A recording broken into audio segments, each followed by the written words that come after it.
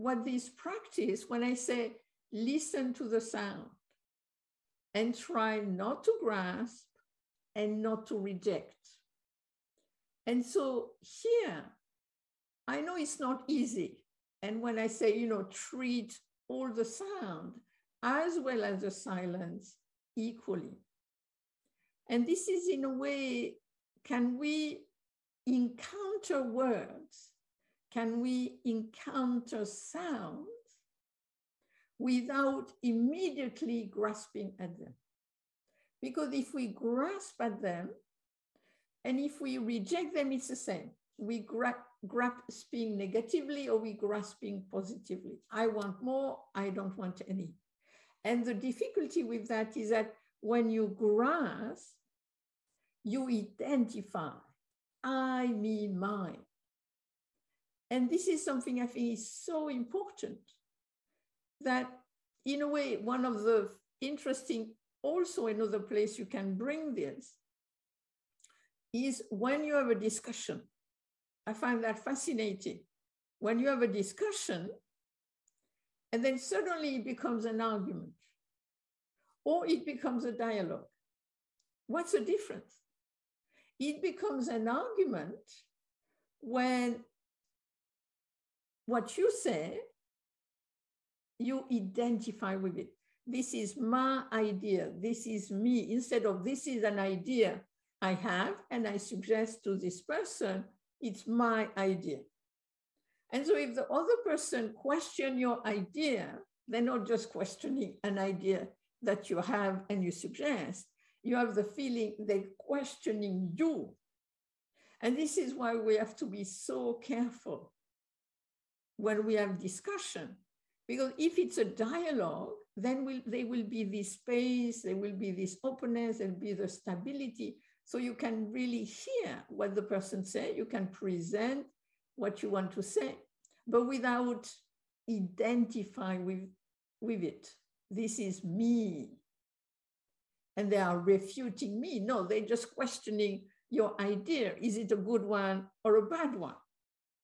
I mean, once I had this kind of interesting experience living in a community. We were going to have a workshop and we had to put people in kind of sleeping on the floor. This was long ago. And then I thought I had the best idea, but I did not have the time to do it. And I was kind of argumenting, really kind of wasting time, though I did not think so. And then I went to see what they'd done. And then I realized they did something so much better than my idea. And it showed me my idea was not the best idea in all circumstances. I could have good idea time to time, but I was not the only one with good ideas. And so I think we have to be very careful with this identification, because if we don't identify as much, it's still me who says it, who suggests it, but I'm not so tight around it. And then you can have a very fruitful dialogue instead of having kind of a distancing, a kind of a harmful kind of argument. And this brings me in a way to what do we listen to? Of course, we can listen to music, but this is a sideline. We'll see if you want to talk about that. But what we listen to most of the time, of course, sound of the world, cars, birds, etc. But in general, what we listen to is words. And to me, I find that so interesting, how you might be seated in meditation, and then suddenly you remember something somebody said 5 years ago. And you think, how could they say this? This is so painful. How could they say this? And to me, this is something that this practice can help us with. Can we listen to words the same way we listen to the sound in this meditation? It's a word. And then the question you might ask, if somebody is talking to you certain words, is it about me or is it about them?